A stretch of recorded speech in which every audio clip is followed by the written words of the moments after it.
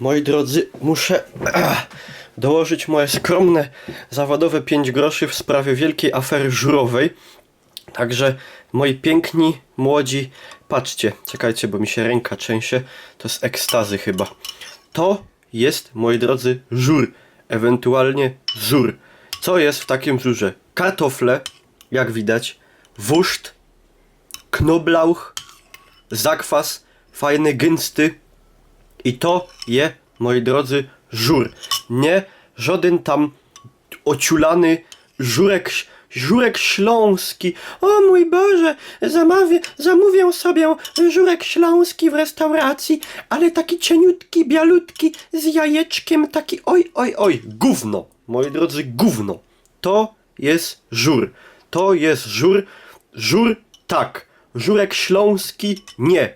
Tyle ode mnie.